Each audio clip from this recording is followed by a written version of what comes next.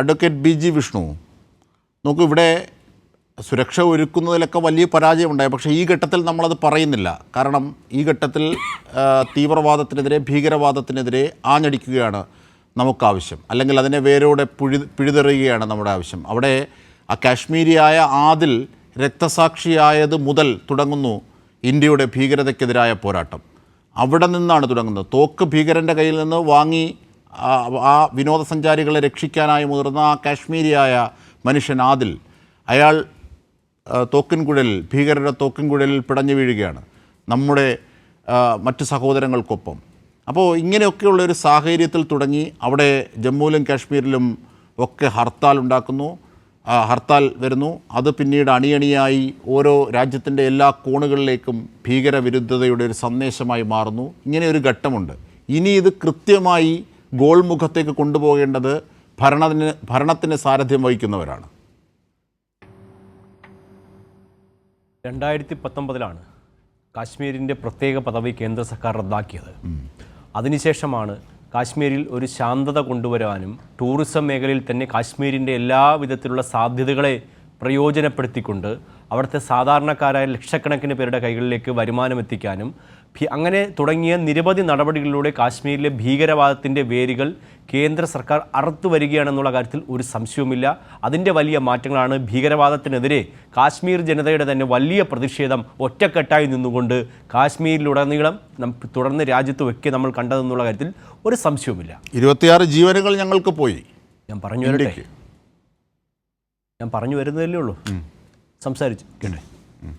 ഇങ്ങനെ രാജ്യം ഒറ്റക്കെട്ടായി പോകുമ്പോൾ അന്താരാഷ്ട്ര തലത്തിൽ തന്നെ കാശ്മീർ വിഷയം ചർച്ചയാക്കുവാനും പാകിസ്ഥാൻ പിന്തുണയോടെ നടത്തിയ മുംബൈ അറ്റാക്കിൻ്റെ കുറ്റവാളി തഹാവൂർ ഹുസൈൻ റാണയെ ഇന്ത്യക്ക് കൈമാറുകയും അതിലെ നിർണായകമായ ചോദ്യം ചെയ്യലുകൾ നടക്കുകയും ചെയ്യപ്പെട്ട സാഹചര്യത്തിൽ, പ്രത്യേകിച്ച് ഹാഫിസ് സയ്യിദിൻ്റെ വിശ്വസ്തരടക്കം അജ്ഞാതന്മാർ വെടിവെച്ച് കൊന്ന് അവരെല്ലാം ഭയപ്പാടിലായ വലിയൊരു സമയമാണ് കഴിഞ്ഞ കുറേ നാളുകളായി പാകിസ്ഥാന് ചുറ്റുള്ളത്. അപ്പോൾ അത്തരത്തിലുള്ള പ്രതിസന്ധികളെയൊക്കെ മറികടക്കാൻ നമ്മുടെ രാജ്യത്ത് വലിയ കുഴപ്പങ്ങൾ സൃഷ്ടിക്കുക. ഈ ആക്രമണം എന്ന് പറയുന്നത് സാധാരണ ഒരു കാശ്മീരിൽ മുൻകാലങ്ങളിൽ കണ്ടിട്ടുള്ളത് പോലുള്ള ഒരു ഭീകരവാദ ആക്രമണമല്ല, ഹമാസ് മോഡലിലുള്ള ഒരു ആക്രമണമായിരുന്നു. കാരണം ഇസ്രയേലിനെ ഹമാസ് ആക്രമിച്ചത് സാധാരണ സൈനികർക്ക് നേരെയാണ് ആയുധമായി തെരുവിലിറങ്ങും ഈ ഭീകരവാദികൾ തെരുവിലിറങ്ങുകയാണെങ്കിൽ, ഇത്തവണ ഇസ്രയേലിൽ ഇറങ്ങിയതുപോലെ അതേ മാതൃകയിൽ സാധാരണക്കാരായ നിരായുധീകരായ ജനങ്ങൾക്ക് നേരെ ഇറങ്ങി അവരെ പോയിന്റ് ബ്ലാങ്കിൽ വെടിവെച്ച് കൊല്ലുന്ന സാഹചര്യമാണ് ഉണ്ടായത്. പ്രത്യേകിച്ച് നമുക്കറിയാം, മതം തിരിച്ച് നിർത്തിക്കൊണ്ട് പരിശോധിച്ചുകൊണ്ട് കൊല്ലുന്ന അതിഭീകരമായ സാഹചര്യം. കാരണം നമ്മുടെ രാജ്യത്ത് പോലും മതാടിസ്ഥാനത്തിൽ ഒരു വേർതിരിവ് ഉണ്ടാക്കണമെന്ന് ഈ ഭീകരവാദികളെല്ലാം തന്നെ ആഗ്രഹിക്കുന്നു. പക്ഷേ നമ്മുടെ രാജ്യത്ത് അതൊന്നും വിലപ്പോകുന്നില്ല. ആഗോള ഇസ്ലാമിക ഭീകരവാദത്തെ പിന്തുണയ്ക്കുന്ന പാകിസ്ഥാനും അവരുടെ തീവ്രവാദ സംഘടനകളും രാജ്യത്ത് പലവിധത്തിലുള്ള കുഴപ്പങ്ങൾ സൃഷ്ടിക്കാൻ ശ്രമിക്കുന്നു. പക്ഷേ അതിൻ്റെ എല്ലാം മുനയൊടിക്കും എന്നുള്ള കാര്യത്തിൽ ഒരു സംശയവുമില്ല.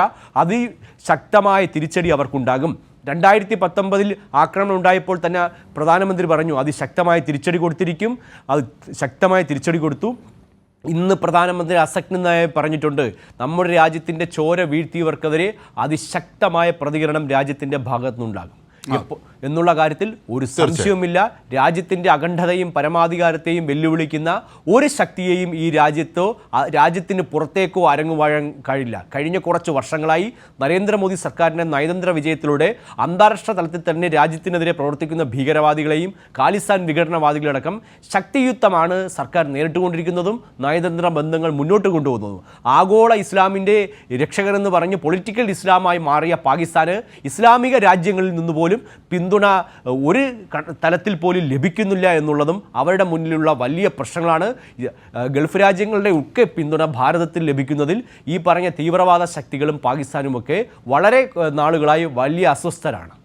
തീർച്ചയായും ഇതൊക്കെ ഞങ്ങൾക്കറിയാം. ഈ ഡീമോണിറ്റൈസേഷൻ്റെ കാലം മുതൽ പറയുന്നതാണ്.